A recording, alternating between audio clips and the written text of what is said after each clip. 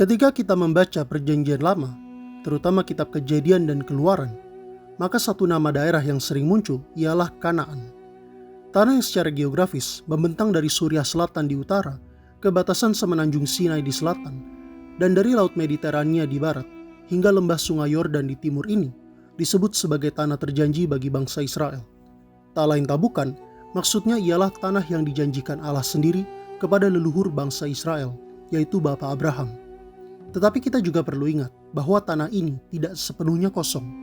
Sebelum kedatangan Abraham, bangsa-bangsa asli Kanaan telah membangun peradaban yang maju dan kompleks. Belakangan ini, para ahli sejarah justru meragukan keberadaan dan historisitas Bapa Abraham, menganggap kisah perpindahannya dan keluarganya dari Ur di Mesopotamia ke Kanaan sebagai mitos yang tak berdasarkan sejarah nyata. Bangsa Israel justru berdasarkan penemuan arkeologis, tidak lain tidak bukan adalah salah satu dari bangsa asli Kanaan itu sendiri. Bagaimana kita menjelaskan hal ini?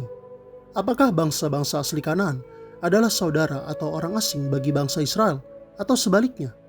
Dalam episode pertama dari Peradaban dalam Alkitab.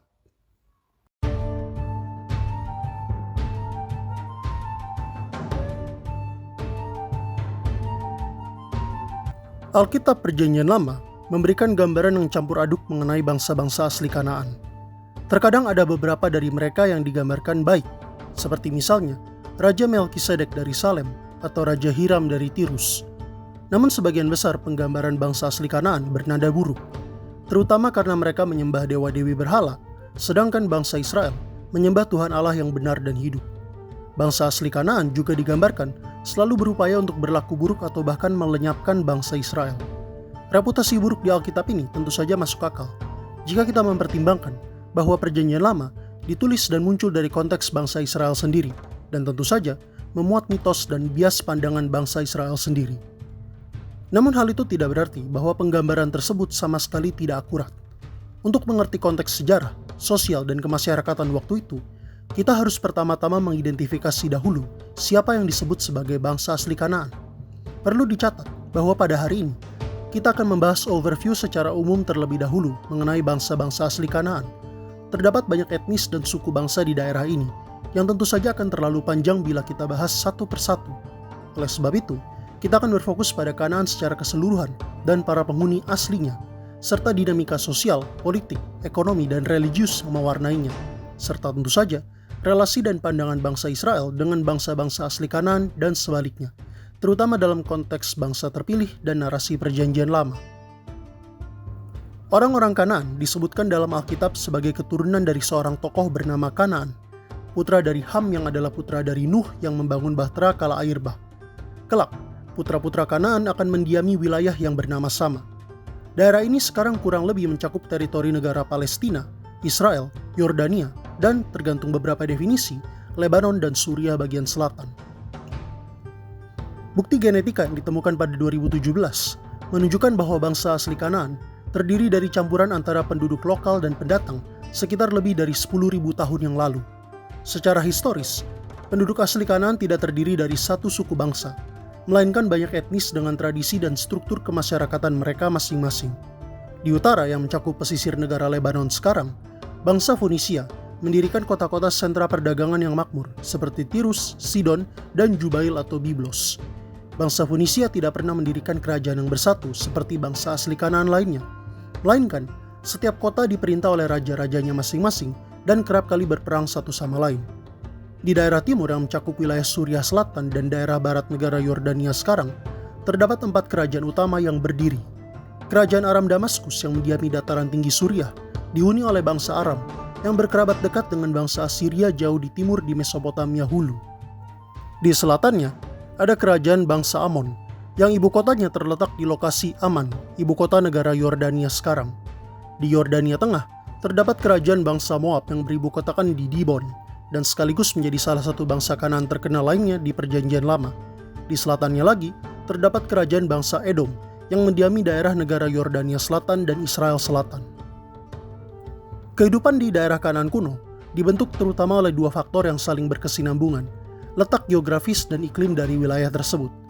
Bentang alam Kanaan didominasi oleh lembah Sungai Yordan dengan 2 danau besarnya yakni Danau Galilea dan Laut Mati. Ketiga perairan darat ini menyediakan sumber air, makanan, dan mineral yang sangat berharga bagi penduduknya. Berada di daerah yang relatif subur di tengah Timur Tengah yang secara umum beriklim tandus dan semi-tandus merupakan suatu keuntungan lain dari bangsa-bangsa asli Kanaan.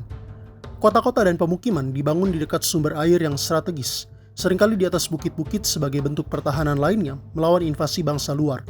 Salah satu fenomena yang menarik ditemukan ketika penggalian ialah tel atau gundukan alias bukit.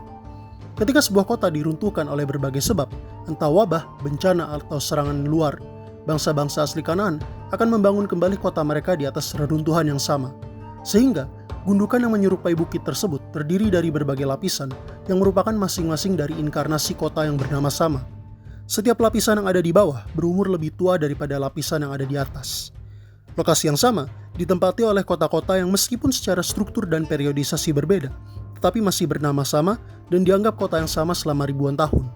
Seiring perkembangan zaman, kota-kota kuno ini berkembang dan menjadi pusat dari kota modern yang masih bertahan sampai sekarang, seperti Beirut di Lebanon, Amman di Yordania, dan tentu saja Yerusalem.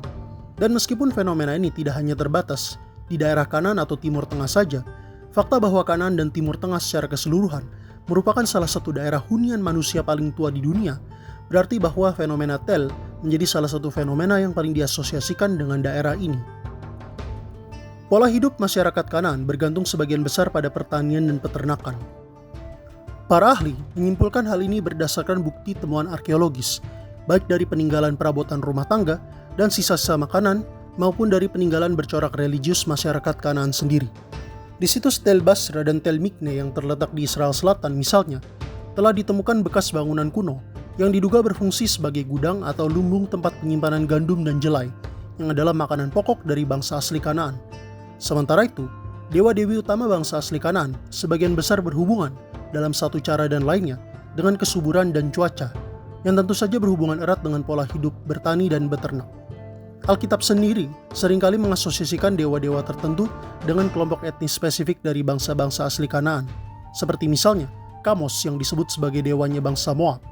Asal-usul nama Kamos belum diketahui secara jelas, sejak bangsa Moab seperti bangsa-bangsa asli Kanaan lainnya meninggalkan sangat sedikit jejak tulisan peradaban mereka.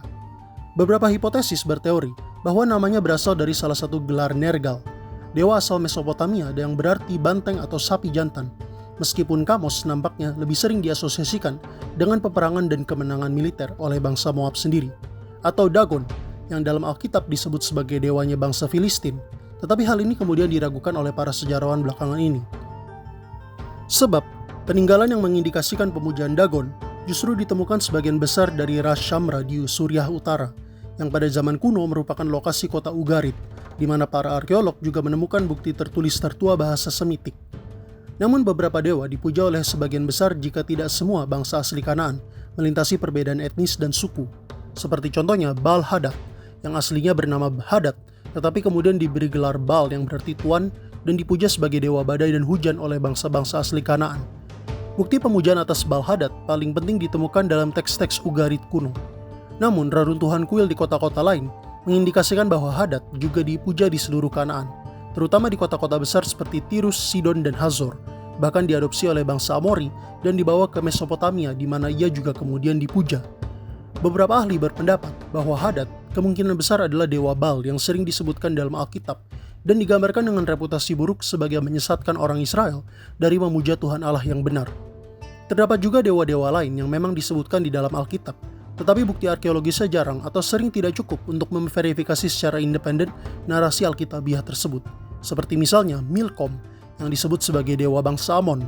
Bukti arkeologis yang relatif sedikit menyulitkan para ahli untuk mendefinisikan sebagaimana besarnya pemujaan Milkom. Maksudnya, apakah dia hanya dipuja oleh satu bangsa seperti halnya Kamos dalam agama bangsa Moab, atau apakah ia juga dipuja oleh bangsa lain, atau apakah elemen apa yang menjadi kekuasaan dari Milkom, dan apakah ia sama dengan dewa yang disebut sebagai Molech atau Moloch.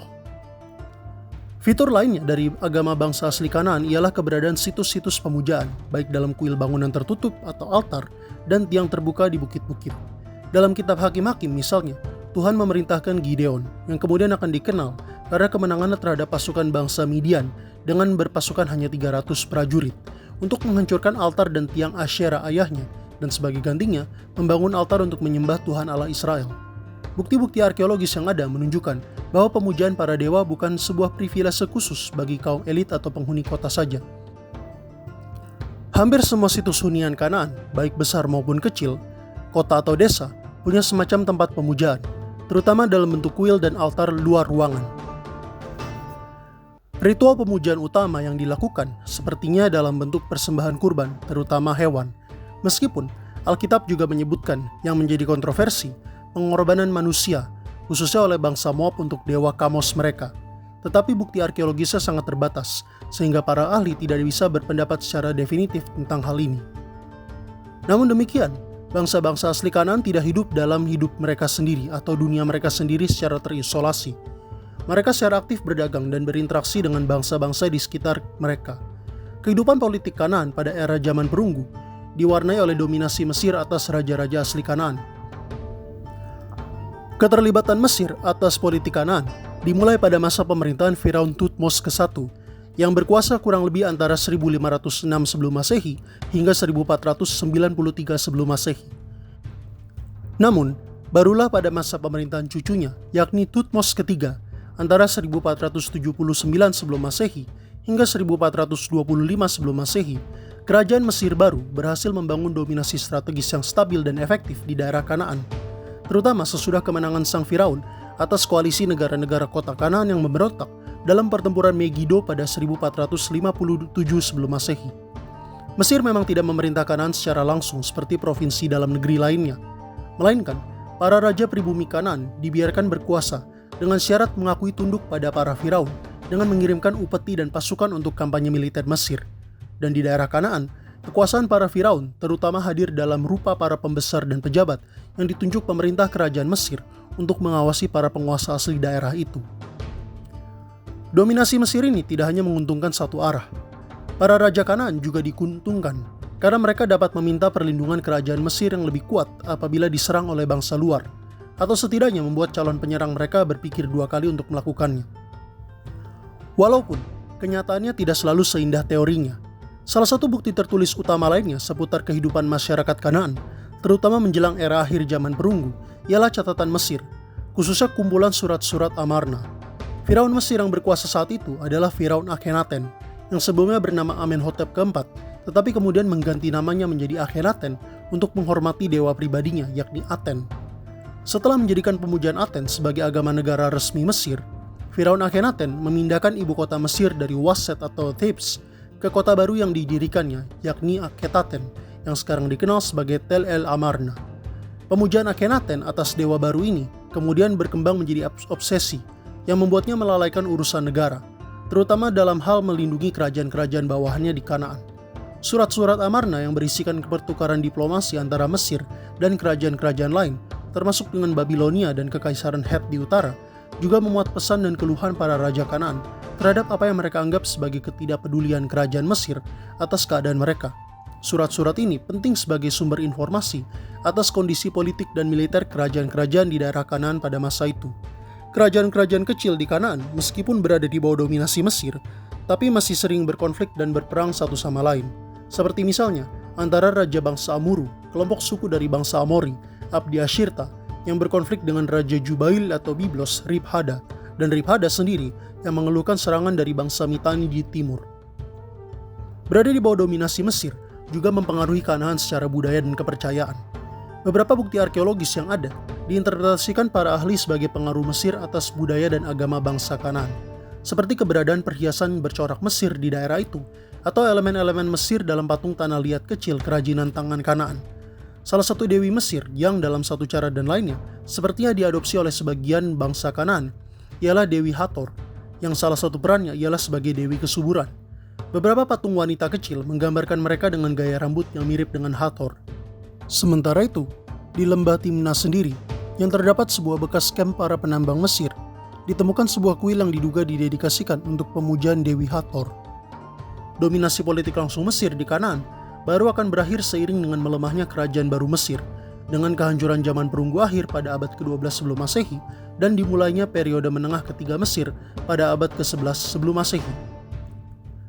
Mundurnya kekuatan Mesir dari Kanaan pada era zaman perunggu akhir hingga zaman besi awal ini menciptakan suatu kekosongan bukan hanya secara politik, tetapi juga budaya pada era itu. Kendati demikian, bangsa-bangsa asli Kanaan tidak sepenuhnya membuang pengaruh budaya Mesir. Mereka secara aktif mengadopsi tidak hanya elemen Mesir, tetapi juga bangsa-bangsa lain dalam hal simbolisme, agama, dan hierarki sosial, serta mencampurkannya dengan elemen tradisional mereka sendiri. Bangsa Israel merupakan salah satu dari bangsa-bangsa yang lahir dari kekosongan ini, atau setidaknya demikian menurut para sejarawan. Cara Alkitab menggambarkan kisah migrasi Bapa Abraham dan keluarganya dari Ur Kasdim ke Kanaan mengindikasikan pandangan bangsa Israel kuno bahwa mereka tidak berasal dari antara dan oleh karena itu tidak sama dengan bangsa-bangsa asli Kanaan lainnya di sekitar mereka. Pandangan ini adalah konsensus yang umum di kalangan para ahli arkeologi Alkitab sebelum setidaknya dekade 1970-an. Namun pada 1974, sebuah riset ternama mengubah pandangan umum akademis ini. Adalah Thomas L. Thompson dari Universitas Copenhagen yang berpendapat bahwa kisah migrasi Bapa Abraham dan keluarganya tidak hanya tidak nyata, tetapi juga secara sirkumstansial tidak mungkin.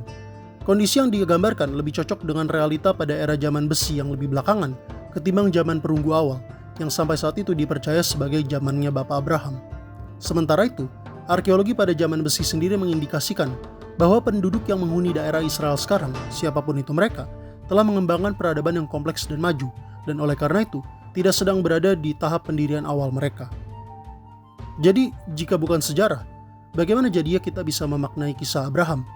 Narasi ini merupakan salah satu contoh paling menarik dari bagaimana tradisi dan mitos bercampur dengan sejarah dan digunakan sebagai alat membangun kesadaran kolektif suatu bangsa. Kisah Bapa Abraham lebih tepatnya harus dibaca sebagai kumpulan dari tradisi sastra oral yang telah diwariskan turun-temurun, tetapi kemudian sekarang dituliskan dalam bentuk naskah.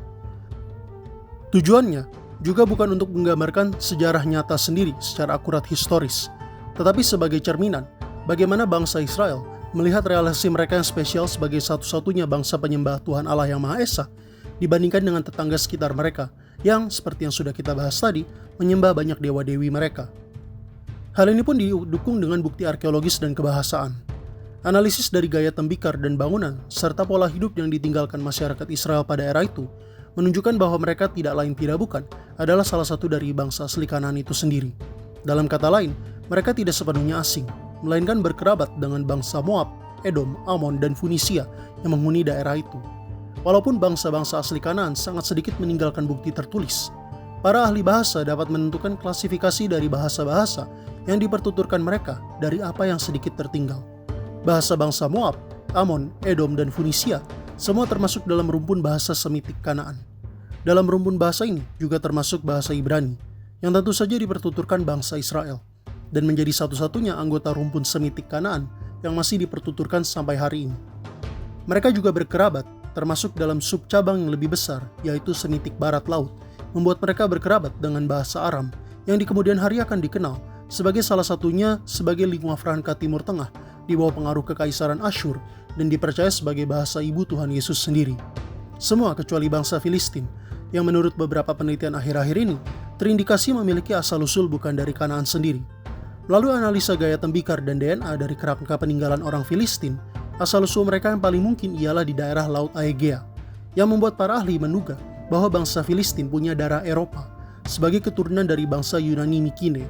Mereka mengungsi dari kampung halamannya di Yunani sesudah kehancuran zaman perunggu akhir dan menetap di pesisir selatan Kanaan. Terlepas dari itu, pemujaan terhadap Tuhan Allah Yahweh yang Maha Esa menjadi ciri yang paling membedakan bangsa Israel dari saudara-saudari Kanaan sekitarnya. Bahkan, bukan hanya membedakan, tetapi juga memisahkan. Alkitab Perjanjian Lama, baik dalam rupa firman Tuhan sendiri maupun perkataan para nabi, hampir selalu memperingatkan bangsa Israel untuk tidak bercampur dan mengadopsi kebiasaan dari bangsa-bangsa sekitarnya. Tentu saja, ini merujuk pada bangsa-bangsa asli Kanaan lainnya. Relevansi agama dalam hal ini tidak hanya dalam aspek ritual dan rutinitas, tetapi juga berhubungan dengan nasib dan kejayaan suatu bangsa. Apabila Israel beriman dan berpegang teguh pada Tuhan, maka Israel pun menang. Jika tidak, maka Israel menderita kekalahan. Tuhan Allah Yahweh tidak hanya diakui sebagai Allah bangsa Israel, meskipun salah satu gelar yang sering disematkan ialah Tuhan Allah Israel, melainkan juga sebagai Tuhan atas seluruh dunia, yang berkuasa juga atas bangsa-bangsa non-Israel. Sebagaimana ia memerintahkan bangsa Amalek untuk dimusnahkan atau mencampakkan tentara Mesir ke dalam Laut Merah ketika mereka mengejar orang Israel. Hal ini merefleksikan raison d'être bangsa Israel sendiri baik ke dalam maupun keluar. Ke dalam, di mana meskipun seperti dituliskan dalam Perjanjian Lama, Israel terdiri dari 12 suku, tetapi semua bersatu sebagai keturunan Abraham dan penyembah Tuhan Allah Yahweh yang Maha Esa. Keluar, di mana keunikan Israel diekspresikan dan eksklusivismenya terhadap bangsa-bangsa asli Kanaan lain dijustifikasi, yaitu sebagai cara menghindari agar umat Allah yang murni ini tidak mencermari diri sendiri dengan dosa-dosa yang sering hinggap karena pengaruh buruk dari luar dan menyatakan identitas uniknya sebagai lain dari bangsa lain Kanaan lainnya. Oleh karena itu, relasi bangsa Israel dengan bangsa-bangsa asli Kanaan lainnya dapat dilihat dari dua sudut pandang di sini, baik sepupu maupun asing. Sepupu atau kerabat, karena secara genetika, budaya, dan bahasa, mereka tidak terlalu berbeda dibandingkan dengan bangsa-bangsa asli Kanaan lainnya. Israel muncul dari akar yang pada dasarnya ialah Kanaan. Kendati kemudian melalui proses adopsi dan inkulturasi, juga menyerap pengaruh budaya lainnya. Asing, sebab konsep kebangsaan dan keagamaan yang sangat berhubungan erat dalam kultur orang Israel kuno adalah konsep yang terbilang baru dan tidak dilihat di antara bangsa-bangsa asli Kanaan lainnya. Semua komponen yang terkandung di dalamnya, founding myth perpindahan Bapa Abraham, pemujaan atas Tuhan Allah Yahweh yang Maha Esa, dan Alkitab Perjanjian Lama itu sendiri, merupakan cermin bagaimana bangsa Israel melihat keunikan mereka sendiri, dan terutama relasi mereka dalam iman dengan Tuhan Allah yang benar dan hidup.